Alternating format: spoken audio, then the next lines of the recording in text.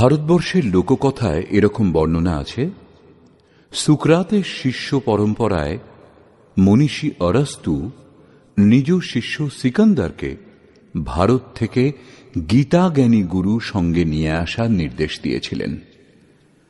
বিশ্বের বিভিন্ন ভাষাতে মুসা, যীশুখ্রিস্ট এবং বহু সুফি মহাত্মাগণ গীতার একেশ্বরবাদেরই প্রচার করেছেন। ভাষান্তর হওয়ার জন্য পৃথক বোধ হলেও এ সমস্তই গীতা শাস্ত্রের সিদ্ধান্ত। অতএব গীতা মানব মাত্রেরই তর্কাতীত ধর্মশাস্ত্র। গীতার তাৎপর্য যথার্থ গীতারূপে প্রস্তুত করে স্বামী অর্গড়ানন্দজি মহারাজ মানব মাত্রকে এক অমূল্য নিধি প্রদান করেছেন। গীতার হাজার হাজার অনুবাদের মধ্যে দেদীপ্যমান এই ব্যাখ্যার আলোকে যথার্থ গীতার দিব্য সংবাদ শ্রবণের মাধ্যমে আপনারা সকলেই পরম শ্রেয়র সাধক হন।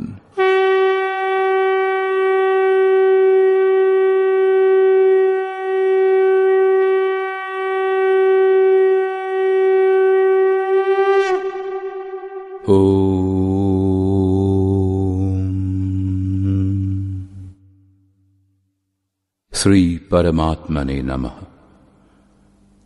যথার্থ গীতা, শ্রীমদ্ ভগবৎ গীতা, অথ পঞ্চম অধ্যায়। তৃতীয় অধ্যায়ে অর্জুন জিজ্ঞাসা করেছিলেন, ভগবান, যদি জ্ঞানযোগী শ্রেষ্ঠ বলে আপনার অভিমত, তাহলে আপনি কেন আমাকে ভয়ঙ্কর কর্মে নিযুক্ত করছেন? নিষ্কাম কর্মযোগ অপেক্ষা জ্ঞানযোগ অর্জুনের সরল বলে মনে হয়েছিল, কারণ জ্ঞানযোগে পরাজয় হলে দেবত্ব লাভ হয় এবং জয়লাভে মহামহিম স্থিতি, উভয় অবস্থাতেই মনে হয়েছিল লাভ। কিন্তু এখন অর্জুন উত্তম রূপে অবগত হয়েছেন যে উভয় মার্গেই কর্ম করতে হবে। যোগেশ্বর তাকে সংশয় শূন্য হয়ে তত্ত্বদর্শী মহাপুরুষের শরণাগত হওয়ার জন্য নির্দেশ দিলেন, কারণ জ্ঞান লাভের স্রোত তত্ত্বদর্শী মহাপুরুষ।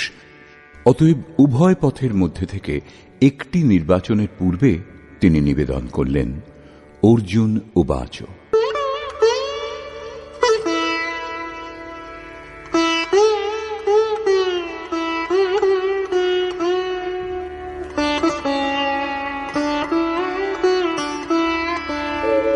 সন্ন্যাসং কর্মণাং কৃষ্ণ পুনর্যোগং চ শংসসি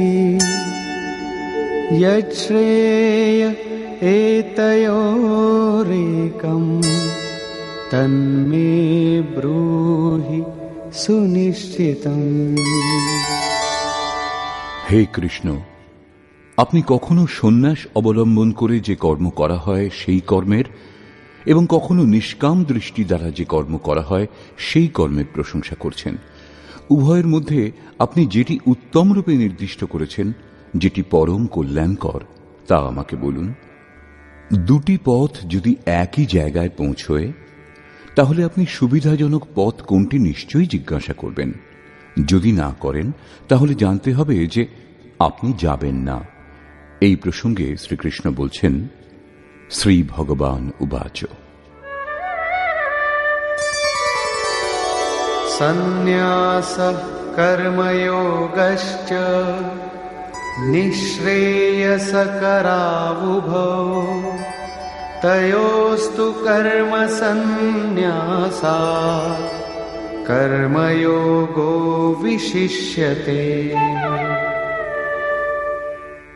অর্জুন, সন্ন্যাস অবলম্বন পূর্বক যে কর্ম করা হয়, অর্থাৎ জ্ঞান মার্গে যে কর্ম করা হয়, এবং কর্মযোগ নিষ্কামভাবে যে কর্ম করা হয়, উভয়ই পরম শ্রেয় প্রদান করে। কিন্তু তাদের মধ্যে সন্ন্যাস অথবা জ্ঞান দৃষ্টি প্রসূত কর্ম অপেক্ষা নিষ্কাম কর্মযোগ শ্রেষ্ঠ। এখন প্রশ্ন স্বাভাবিক যে শ্রেষ্ঠ কি রূপে? ज्ञेयः स नित्यसन्न्यासी यो न द्वेष्टि न काङ्क्षति निर्द्वन्द्वो हि महाबाहो सुखं बन्धात् प्रमुच्यते। মহাবাহু অর্জুন, যিনি বিদ্বেষ পোষণ করেন না, কিছুই আকাঙ্ক্ষা করেন না, তাকে সর্বদা সন্ন্যাসী বলে জানবে। তিনি জ্ঞানমার্গী অথবা নিষ্কাম কর্মযোগী যাই হন না কেন, রাগ দেশাদি দ্বন্দ্বহীন সেই পুরুষ ভববন্ধন থেকে মুক্ত হন। साङ्ख्ययोगौ पृथग् बालाः प्रवदन्ति न पण्डिताः एकमप्यास्थितः सम्यग् उभयोर्विन्दते फलम्। এই পথে যাদের জ্ঞান এখন উত্তল্প, তারা নিষ্কাম কর্মযোগ এবং জ্ঞানযোগ উভয়কেই ভিন্ন ভিন্ন মনে করেন। কিন্তু পূর্ণ জ্ঞাতা পণ্ডিতগণ এইরূপ মনে করেন না, কারণ উভয়ের মধ্যে একটিতেও উত্তম রূপে স্থিত পুরুষ উভয়ের ফলরূপ পরমাত্মাকে লাভ করেন। উভয়ের ফল এক, সেই জন্য উভয়ই সমতুল বলে বিবেচিত হয়। यत्साङ्ख्यैः प्राप्यते स्थानम् तद्योगैरपि गम्यते एकं साङ्ख्यं च योगं च यः पश्यति स पश्यति। সাংখ্য দৃষ্টি ভাবাপন্ন কর্মযোগী যেখানে পৌঁছন, নিষ্কাম কর্মের মাধ্যমে যিনি কর্ম করেন তিনিও সেই একই স্থানে পৌঁছন। সেই জন্য যিনি উভয়কেই ফলের দৃষ্টিতে এক দেখেন তিনি যথার্থ জ্ঞানী। যদি উভয়েই একই স্থানে পৌঁছয় তবে নিষ্কাম কর্মযোগ বিশেষ কেন? শ্রীকৃষ্ণ বলছেন,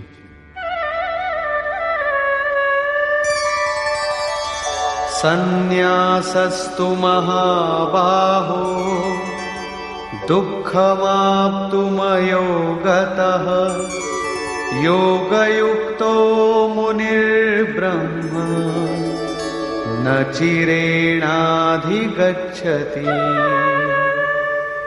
অর্জুন, নিষ্কাম কর্মযোগের আচরণ ব্যতীত সন্ন্যাস অর্থাৎ সর্বস্বের ন্যাস প্রাপ্ত হওয়া দুঃখপ্রদ।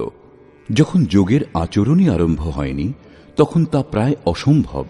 সেই জন্য যিনি ভগবৎ স্বরূপ মনন করেন তিনিই মুনি, যার মন এবং ইন্দ্রিয়সমূহ মৌন, নিষ্কাম কর্মযোগের আচরণ করে শীঘ্রই পরব্রহ্ম পরমাত্মাকে লাভ করেন। স্পষ্ট হল যে জ্ঞানযোগে নিষ্কাম কর্মযোগেরই আচরণ করতে হয়, কারণ দুটিতেই ক্রিয়া এক। সেই যজ্ঞের ক্রিয়া যার শুদ্ধ অর্থ আরাধনা। উভয় মার্গেই তফাৎ কেবল কর্তার দৃষ্টিকোণের।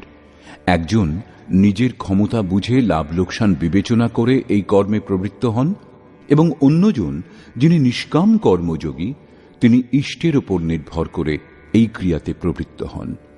উদাহরণস্বরূপ, একজন ব্যক্তিগতভাবে পড়ে, অন্যজন সংস্থাগতভাবে। উভয়ের পাঠ্যক্রম এক, পরীক্ষাও এক, পরীক্ষক নিরীক্ষক উভয়েই এক।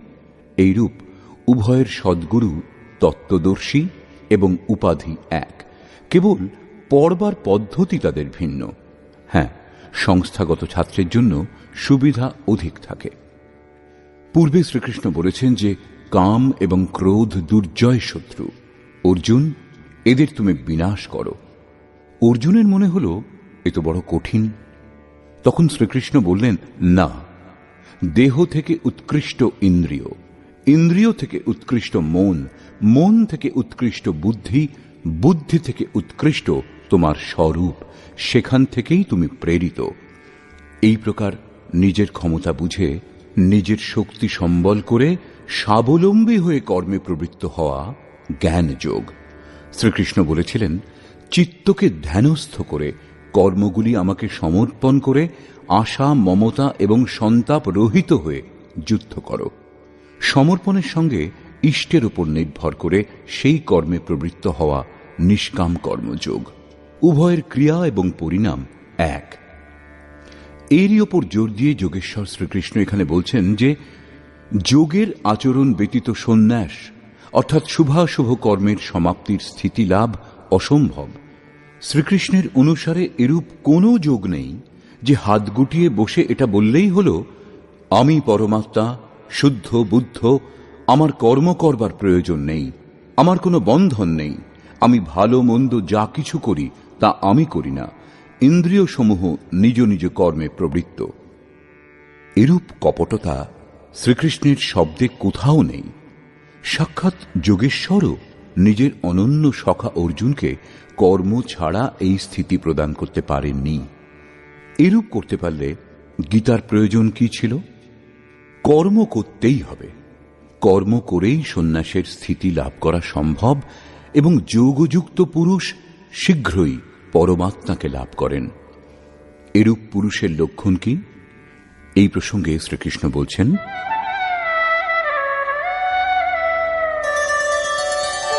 योगयुक्तो विशुद्धात्मा विजितात्मा जितेन्द्रियः सर्वभूतात्मभूतात्मा कुर्वन्नपि न लिप्यते। বিজিতাত্মা, যিনি বিশেষ রূপে দেহ জয় করেছেন, জিতেন্দ্রিয়, যিনি ইন্দ্রিয় সমূহ জয় করেছেন, এবং বিশুদ্ধাত্মা, যার অন্তঃকরণ বিশেষ রূপে শুদ্ধ। এরূপ পুরুষ সর্বভূতাত্মা ভূতাত্মা, সম্পূর্ণ ভূত প্রাণীর আত্মার মূল উদ্গম পরমাত্মার সঙ্গে একীভূত এবং যোগযুক্ত হন। তিনি কর্ম করেও তাতে লিপ্ত হন না। তাহলে করেন কেন? অনুগামীদের মধ্যে পরম কল্যাণকর বীজের সংগ্রহের জন্য।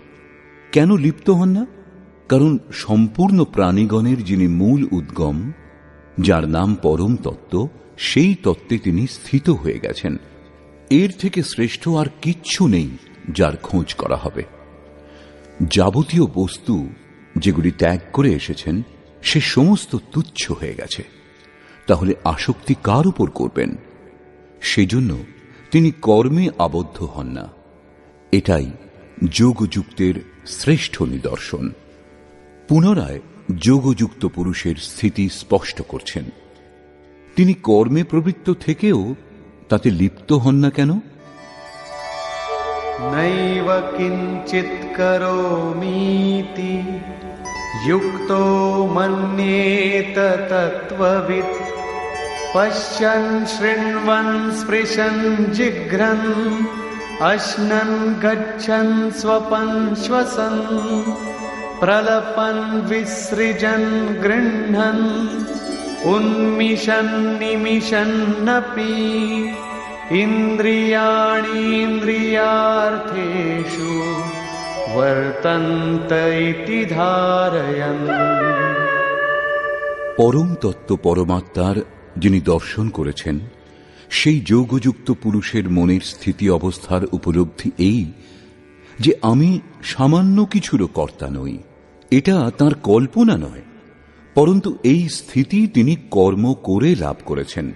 যেমন যুক্তো মন্যেত। এখন প্রাপ্তির পর তিনি সমস্ত কিছু শ্রবণে, স্পর্শনে, আঘ্রাণে, ভোজনে, গমনে, নিদ্রায়, নিঃশ্বাস প্রশ্বাসে, চক্ষুর উন্মেষ এবং নিমেষেও ইন্দ্রিয় সমূহ স্ব স্ব বিষয়ে প্রবৃত্ত এইরূপ ধারণাযুক্ত হন।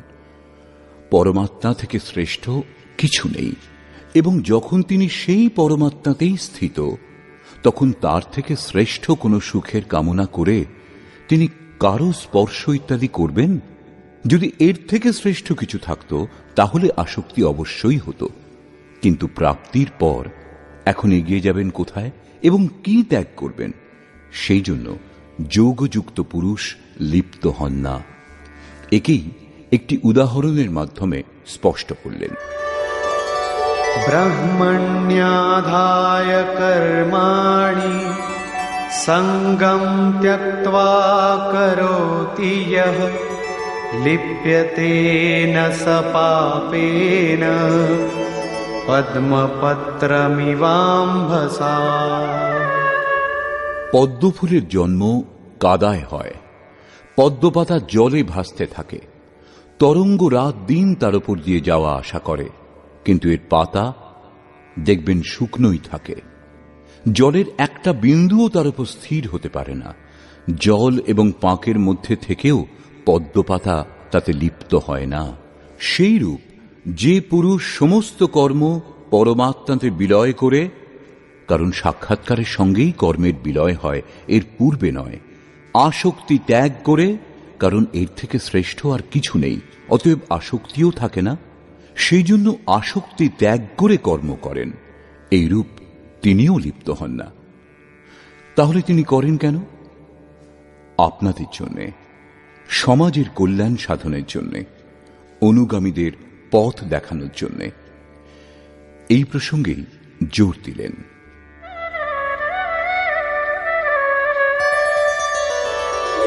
कायेन मनसा बुद्ध्या केवलैरिन्द्रियैरपि योगिनः कर्म कुर्वन्ति सङ्गं त्यक्त्वात्मशुद्धये। যোগীগণ কেবল ইন্দ্রিয়, মন, বুদ্ধি এবং দেহের আসক্তি ত্যাগ করে আত্মশুদ্ধির জন্য কর্ম করেন। কর্ম ব্রহ্মে লীন হওয়ার পরেও কি আত্মা অশুদ্ধ থাকে? না, তিনি সর্বভূতাত্মভূতাত্মা হয়ে যান। সকল প্রাণীর মধ্যে তিনি নিজের আত্মাকে ব্যাপ্ত দেখেন। সেই সকল আত্মার শুদ্ধির জন্য, আপনাদের সকলের পথপ্রদর্শনের জন্য তারা কর্মে প্রবৃত্ত থাকেন। দেহ, মন, বুদ্ধি এবং ইন্দ্রিয় সমূহ দ্বারা তিনি কর্ম করেন। তার স্বরূপ কোনো কর্ম করে না, স্থির থাকে। বাইরে থেকে দেখে তাকে সক্রিয় মনে হয়, কিন্তু তার অন্তরে অসীম শান্তি প্রবাহিত থাকে। যেমন পোড়া দড়ি দিয়ে বাঁধা যায় না, শুধু আকারটুকু বাকি থাকে। युक्तः कर्मफलं त्यक्त्वा शान्तिमाप्नोति नैष्ठिकीम् अयुक्तः कामकारेण फले सक्तो निबध्यते। যোগযুক্ত অর্থাৎ যিনি যোগের ফল লাভ করেছেন, সেই পুরুষ সকল প্রাণীর আত্মার মূল পরমাত্মা যিনি, তাতে স্থিত। এইরূপ যোগী কর্মের ফলত্যাগ করে, কর্মফল পরমাত্মা এবং তিনি ভিন্ন নন, সেই জন্য এখন কর্মফল ত্যাগ করে নৈষ্ঠিকীম শান্তিম আপনৌতি, শান্তির অন্তিম অবস্থা লাভ করেন, যার পর আর কোনো শান্তি বাকি থাকে না। অর্থাৎ তিনি আর কখনো অশান্ত হন না। কিন্তু অযুক্ত পুরুষ, যিনি যোগের পরিণামের সঙ্গে যুক্ত নন, পথিক, এরূপ পুরুষ ফলে আসক্ত হয়ে, ফল হলেন পরমাত্মা, তাতে আসক্ত হওয়া আবশ্যক, সেই জন্য ফলে আসক্ত হওয়া সত্ত্বেও কাম কারেণ নিবধ্যতে, কামনা করে আবদ্ধ হন, অর্থাৎ পূর্ণ হওয়া পর্যন্ত কামনাগুলি জাগে। অতএব সাধককে চরম অবস্থা লাভ না হওয়া পর্যন্ত সাবধান থাকা উচিত। মহারাজজি বলতেন, हो तनिको हम अलग, भगवान अलग हैं, तो माया कामयाब हो सकती है। কালকে লাভ হবে, তবু আজ তো সে অজ্ঞানী। অতএব পূর্তি পর্যন্ত সাধকের অসাবধান হওয়া উচিত নয়। এই প্রসঙ্গেই বলছেন, सर्वकर्माणि मनसा सन्न्यस्यास्ते सुखं वशी नवद्वारे पुरे देहि नैव कुर्वन्न कारयन्। যিনি সম্পূর্ণরূপে স্ববশে, যিনি কায়, মন, বুদ্ধি এবং প্রকৃতির ঊর্ধ্বে স্বয়ং স্থিত, এরূপ পুরুষ নিঃসন্দেহে নিজে কিছু করেন না এবং কাউকে কর্মে প্রবর্তিতও করেন না। অনুগামীদের দিয়ে করালেও তার আন্তরিক শান্তিকে কিছু স্পর্শ করতে পারে না। এরূপ স্বরূপস্থ পুরুষ শব্দাদি বিষয়গুলিকে যে নবোদ্দারের মাধ্যমে অনুভব করেন, সেই নবোদ্দার দুটি কান, দুটি চোখ, দুটি নাসিকা ছিদ্র, একটি মুখ, উপস্থ এবং পায়ুযুক্ত দেহরূপ গৃহে সমস্ত কর্ম মন থেকে ত্যাগ করে স্বরূপানন্দেই স্থিত থাকেন।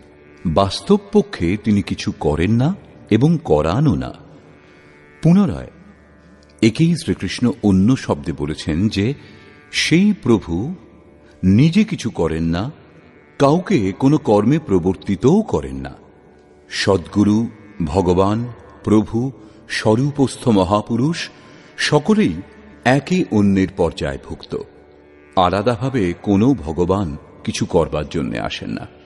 যখন কিছু করেন তখন এই স্বরূপস্থ ইষ্টের মাধ্যমে করান।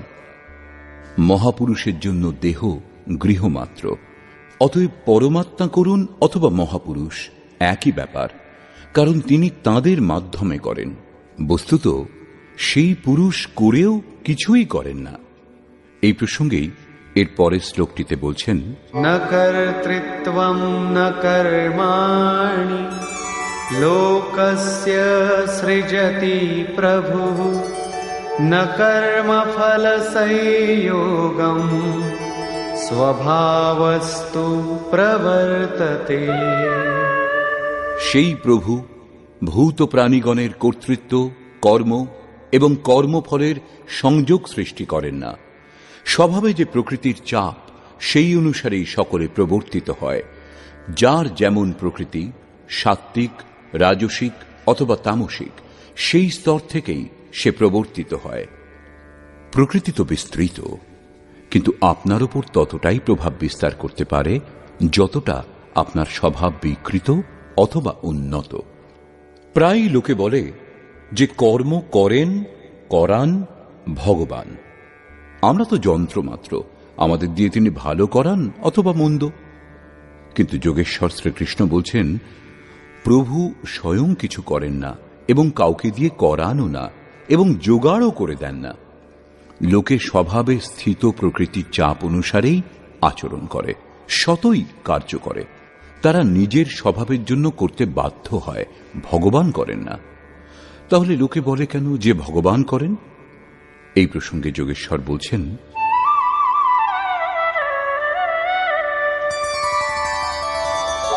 না দত্তে কস্যচিৎ পাপম ন চৈব সুকৃতম বিভুঃ অজ্ঞানেনাবৃতম জ্ঞানম তেন মুহ্যন্তি জন্তবঃ। যাকে আগে প্রভু বলা হয়েছে, এখানে তাকেই বিভু বলা হল, কেননা তিনি সম্পূর্ণ বৈভবযুক্ত। প্রভুতা এবং বৈভবে সংযুক্ত সেই পরমাত্মা কারো কোনো পাপ কর্ম অথবা কারো পুণ্যকর্ম গ্রহণ করেন না। তবুও লোকে বলে কেন? এই কারণে যে অজ্ঞানে জ্ঞান আবৃত হয়ে আছে তাদের। এখনো প্রত্যক্ষ গোচরীভূত যে জ্ঞান, তা হয়নি। তারা এখনো জন্তু, মোহবশত যা কিছু বলতে পারে। জ্ঞান দ্বারা কি হয় একে স্পষ্ট করলেন। জ্ঞানেন তু তদজ্ঞানম येषां नाशितमात्मनः तेषामादित्यवज्ज्ञानं প্রকাশয়তি তৎপরম। যাদের অন্তঃকরণের অজ্ঞান, যার দ্বারা জ্ঞান আবৃত ছিল, আত্মসাক্ষাৎকার দ্বারা বিনষ্ট হয়েছে, এবং যিনি জ্ঞান লাভ করেছেন, তার জ্ঞান সূর্যের মতো পরম তত্ত্ব পরমাত্মাকে প্রকাশিত করে। তাহলে কি পরমাত্মা অন্ধকারের নাম? না, তিনি তো স্বয়ং প্রকাশ রূপ দিন রাতি, স্বয়ং প্রকাশমান আছেন ঠিকই, কিন্তু আমাদের উপভোগের জন্য নয়। দেখা তো যায় না। যখন জ্ঞান দ্বারা অজ্ঞান অপসারিত হয়, তখন সেই জ্ঞান সূর্যের মতো পরমাত্মাকে সাধকের মতো প্রবাহিত করে দেয়। তখন তার জন্য কোথাও অন্ধকার বলে কিছু থাকে না। সেই জ্ঞানের স্বরূপ কি? তদ্বুদ্ধয়স্তদাত্মানঃ তন্নিষ্ঠাস্তৎপরায়ণাঃ গচ্ছন্ত্য পুনরাবৃত্তিম জ্ঞাননির্ধূতকল্মষাঃ। যখন পরম তত্ত্ব পরমাত্মার অনুরূপ বুদ্ধি হয়, তত্ত্বের অনুরূপ মন প্রবাহিত হয়, পরম তত্ত্ব পরমাত্মাতেই নিরন্তর স্থিতি এবং তৎপরায়ণ হয়, একেই জ্ঞান বলে। জ্ঞান তর্কের বিষয় নয়।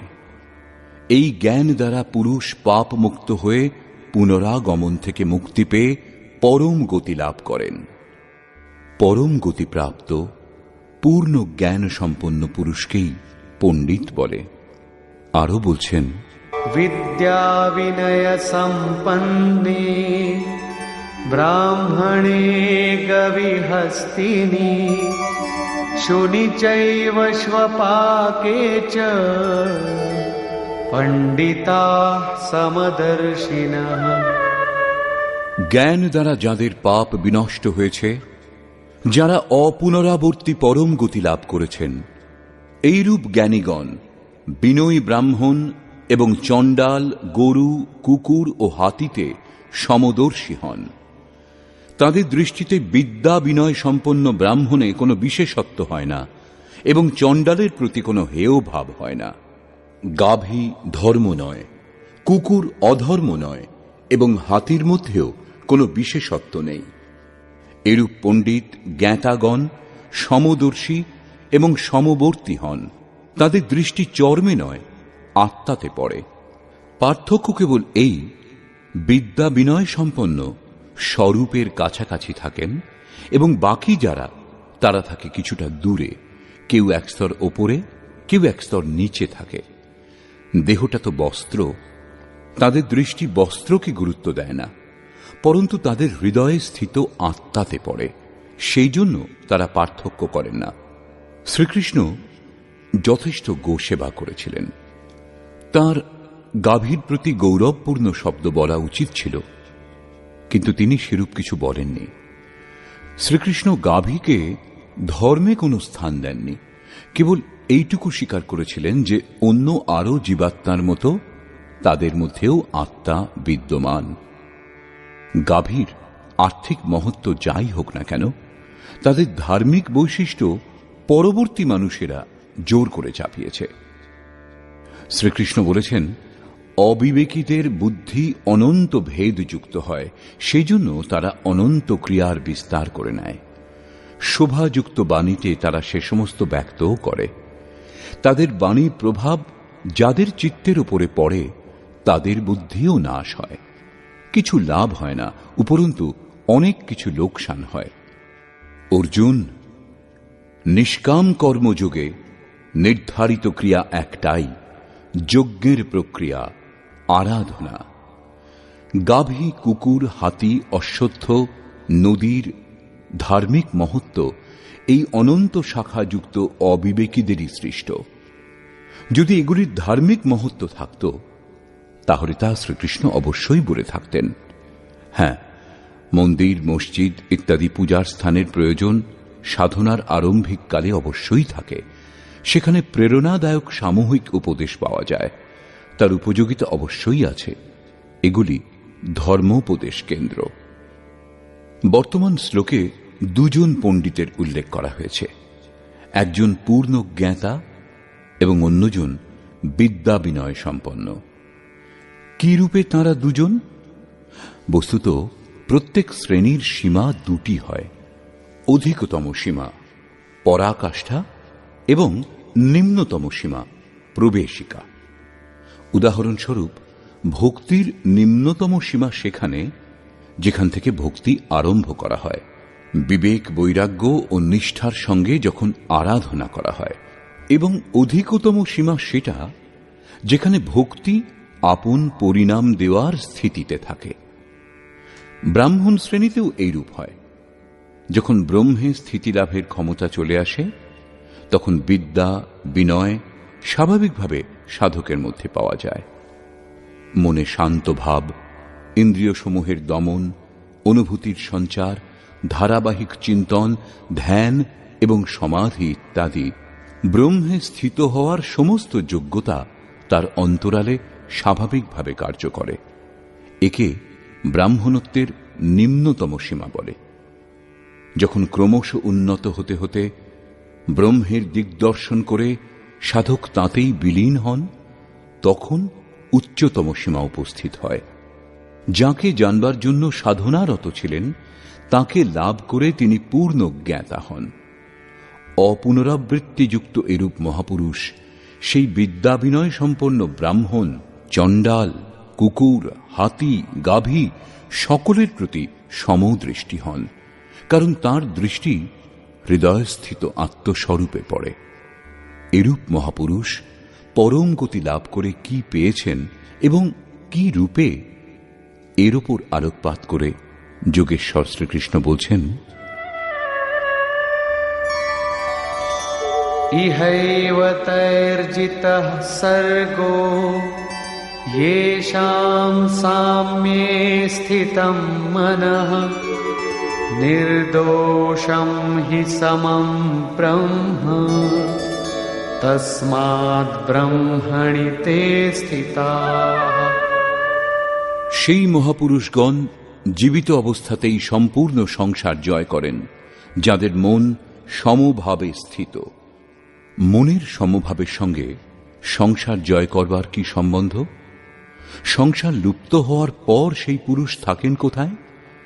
শ্রীকৃষ্ণ বলছেন, নির্দোষম হি সমং ব্রহ্ম। সেই ব্রহ্ম নির্দোষ এবং সম হন। এদিকে সেই পুরুষগণের মনও নির্দোষ ও সমস্থিতিযুক্ত হয়ে যায়। তস্মাৎ ব্রহ্মণি তে স্থিতা। সেই জন্যে তারা ব্রহ্মে স্থিত হতে পারেন। একেই অপুনরাবর্তী পরম গতি বলে। এটা কখন লাভ হয়? যখন সংসার রূপ শত্রুকে জয় করে নেওয়া হয়। এই সংসারকে কখন জয় করা সম্ভব হয়? যখন মন নিরুদ্ধ হয়, সমভাবে স্থিত হয়, কারণ মনের প্রসারই জগৎ। যখন তারা ব্রহ্মে স্থিত হন, তখন ব্রহ্মবিদের লক্ষণ কি? তাদের অবস্থিতি স্পষ্ট করলেন।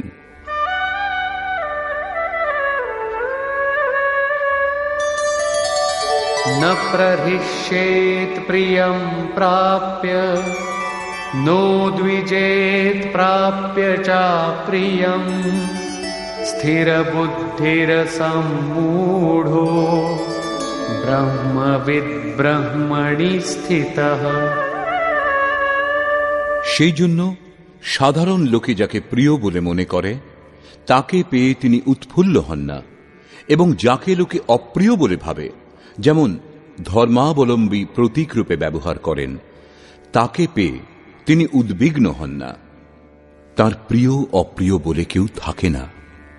এরূপ স্থির বুদ্ধি অসংমূঢ়, সংশয় শূন্য, ব্রহ্মবিদ, ব্রহ্মের সঙ্গে সংযুক্ত, ব্রহ্মবেত্তা, ব্রহ্মণি স্থিত, পরাৎপর ব্রহ্মে সদৈব স্থিত থাকেন।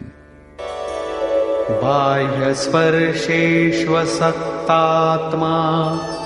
विन्दत्यात्मनि यत्सुखम् स ब्रह्मयोगयुक्तात्मा सुखमक्षयमश्नुते। বাহ্য সংসারের বিষয় ভোগে অনাসক্ত পুরুষ অন্তরাত্মাতে স্থিত যে সুখ বিদ্যমান, সেই সুখ লাভ করেন।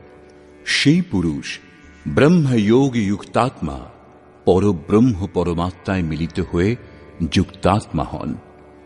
সেই জন্য তিনি অক্ষয় আনন্দ উপভোগ করেন, যে আনন্দ কখনো ক্ষয় হয় না। এই আনন্দ উপভোগ করতে কে সমর্থ? যিনি বাহ্য বিষয় ভোগে অনাসক্ত। তাহলে কি ভোগ বাধক? ভগবান শ্রীকৃষ্ণ বলছেন,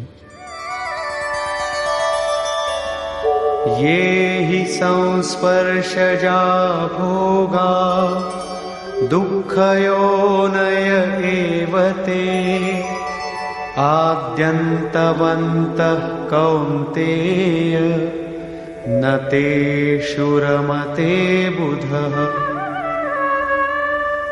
কেবল ত্বকই নয়, সকল ইন্দ্রিয় স্পর্শ করে। দেখা চোখের স্পর্শ, শোনা কানের স্পর্শ।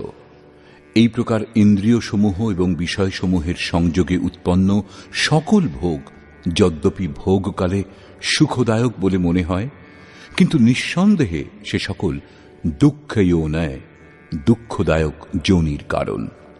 এই ভোগই যোনিগুলির কারণ। শুধু তাই নয়, ভোগের কামনা মনে জাগে এবং কামনা পূরণের পর তা নাশ হয়ে যায়। ভোগ নাশবান। সেই জন্য কৌন্তেয়, বিবেকী পুরুষ তাতে আবদ্ধ হন না। ইন্দ্রিয়সমূহের এই স্পর্শে কি থাকে? কাম এবং ক্রোধ, রাগ এবং দ্বেষ। এই প্রসঙ্গে শ্রীকৃষ্ণ বলছেন,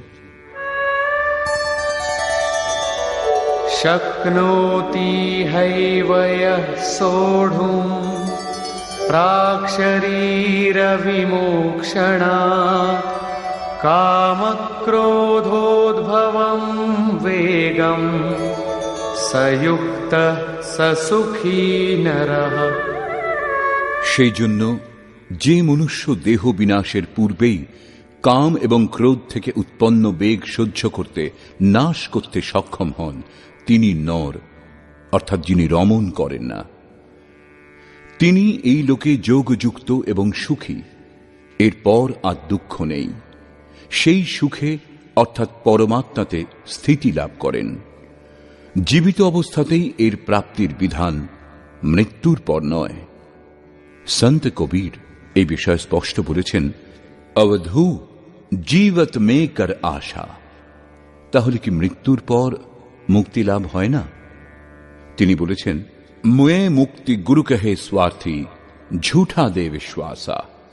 এই কথন যোগেশ্বর শ্রীকৃষ্ণেরও, যে দেহ থাকতেই মৃত্যুর পূর্বেই যিনি কাম ক্রোধের বেগ নাশ করতে সক্ষম, সেই পুরুষ এই লোকে যোগী, তিনি সুখী। কাম ক্রোধ বাহ্য স্পর্শই শত্রু, এদের জয় করুন। এইরূপ পুরুষের লক্ষণ সম্বন্ধে পুনরায় বলছেন, योऽन्तः सुखोऽन्तरारामः तथान्तर्ज्योतिरेव यः स योगी ब्रह्मनिर्वाणम् ब्रह्मभूतोऽधिगच्छति। যিনি অন্তরাত্মাতেই সুখী, অন্তরারামঃ, অন্তরাত্মাতেই প্রশান্ত চিত্ত, এবং যিনি অন্তরাত্মাতেই প্রকাশমান, যিনি সাক্ষাৎকার করেছেন, সেই যোগী ব্রহ্মভূত, ব্রহ্মে একীভূত হয়ে ব্রহ্ম নির্বাণম, বাণীর ঊর্ধ্বে যে ব্রহ্ম, সেই শাশ্বত ব্রহ্মকে লাভ করেন। অর্থাৎ সর্বপ্রথম বিকারসমূহের কাম ক্রোধের অন্ত, তারপরে দর্শন এবং শেষে প্রবেশ। আরো বলছেন,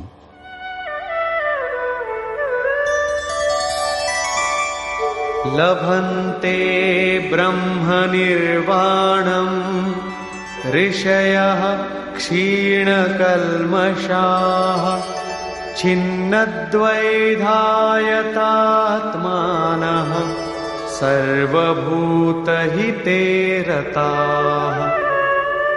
পরমাত্মার সাক্ষাৎকার করে যাদের পাপ নাশ হয়েছে, যাদের সংশয় নষ্ট হয়েছে এবং সকল প্রাণীর কল্যাণে নিরত, অর্থাৎ যারা লাভ করেছেন তারাই এরূপ করতে পারেন। যারা গর্তে পড়ে আছে তারা অন্যকে কি করে বাইরে বার করবে? সেই জন্য মহাপুরুষগণের স্বাভাবিক গুণ করুণা এবং যথাত্মানঃ, জিতেন্দ্রীয় ব্রহ্মবেত্তা পুরুষ শান্ত পরব্রহ্মকে লাভ করেন। সেই মহাপুরুষের স্থিতির ওপর পুনরায় আলোকপাত করলেন। कामक्रोधवियुक्तानां यतीनां यतचेतसाम् अभितो ब्रह्मनिर्वाणम् वर्तते विदितात्मनाम्। কাম ক্রোধ থেকে মুক্ত, যিনি চিত্ত জয় করেছেন, যিনি পরমাত্মার সাক্ষাৎকার করেছেন, সেই জ্ঞানী পুরুষগণ সর্বদিক থেকে শান্ত পরব্রহ্মকে লাভ করেন। যোগেশ্বর শ্রীকৃষ্ণ বারবার সেই পুরুষের স্থিতির ওপর জোর দিচ্ছেন, যাতে প্রেরণা লাভ করে সাধক এতে প্রবৃত্ত হন। প্রশ্নটি প্রায় সম্পূর্ণ হল। এখন তিনি পুনরায় জোর দিচ্ছেন যে এই স্থিতি লাভ করবার আবশ্যক অঙ্গ হল শ্বাস প্রশ্বাসে চিন্তন। যজ্ঞের প্রক্রিয়াতে প্রাণের অপানে আহুতি, অপানের প্রাণে আহুতি, প্রাণ অপান উভয়ের গতি কিরূপে নিরুদ্ধ করতে হয় বলেছেন, সেটাই বুঝিয়ে দিচ্ছেন।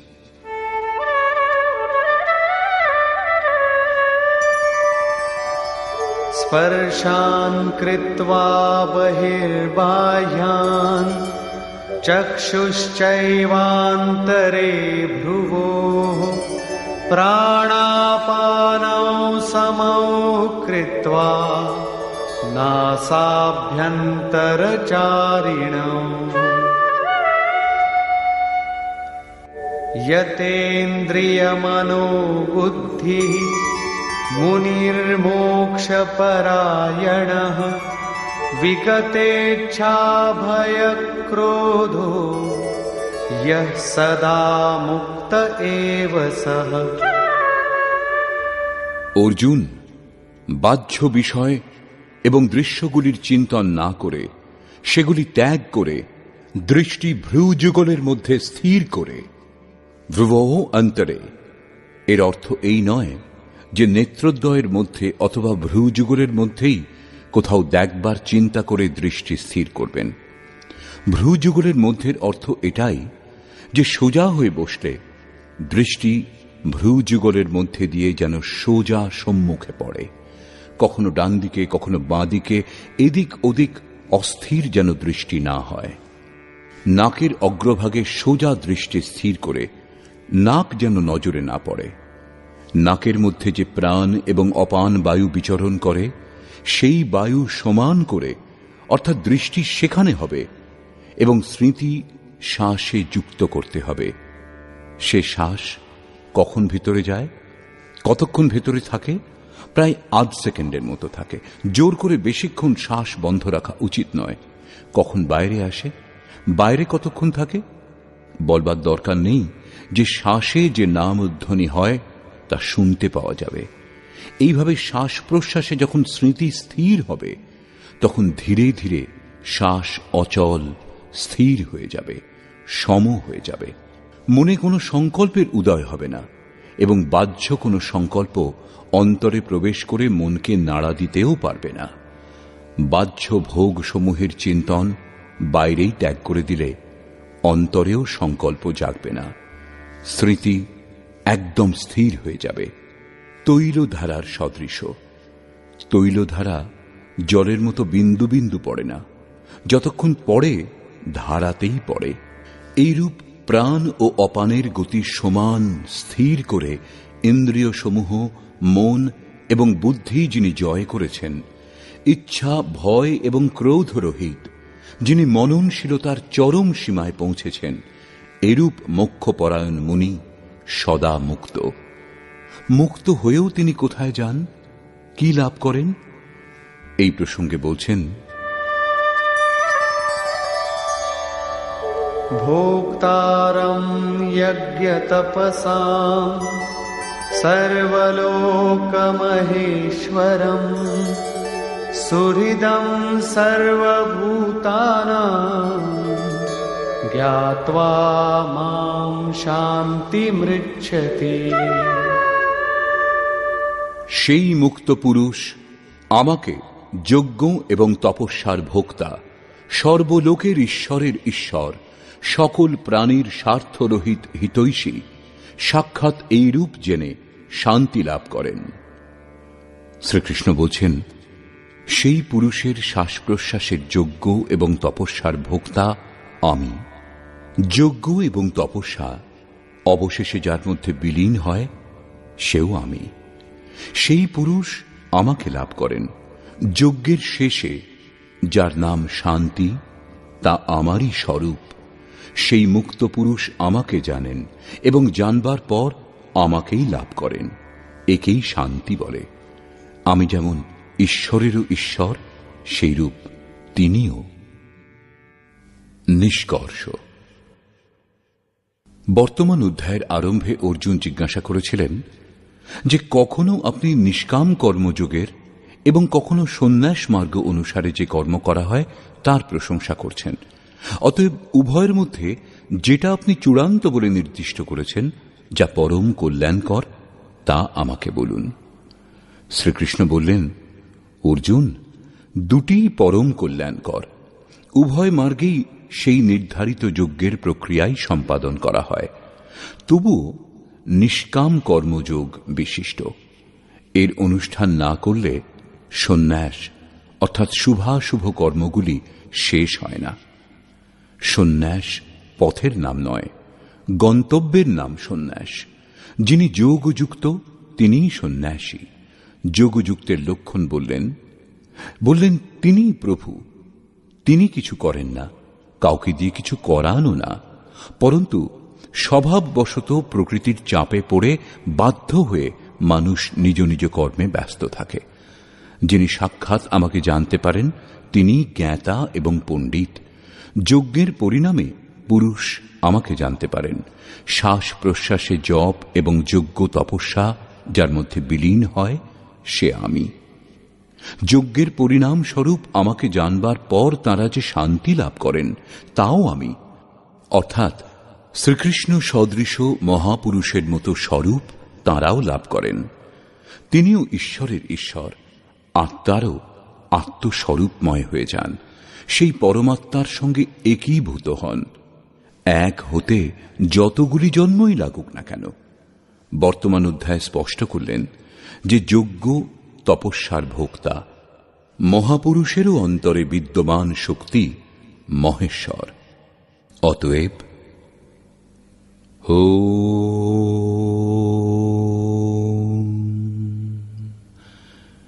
এই প্রকার শ্রীমদ্ ভগবদ্ গীতারূপী উপনিষদ এবং ব্রহ্মবিদ্যা তথা যোগশাস্ত্র বিষয়ক শ্রীকৃষ্ণ এবং অর্জুনের সংবাদে যজ্ঞভোক্তা মহাপুরুষস্থ মহেশ্বর নামক পঞ্চম অধ্যায় পূর্ণ হল। এই প্রকার শ্রীমৎ পরমহংস পরমানন্দজির শিষ্য স্বামী অর্গড়ানন্দকৃত শ্রীমদ্ ভগবদ্ গীতার ভাষ্য যথার্থ গীতাতে যজ্ঞভোক্তা মহাপুরুষস্থ মহেশ্বর নামক পঞ্চম অধ্যায় সমাপ্ত হল। হরি ওম তৎসৎ।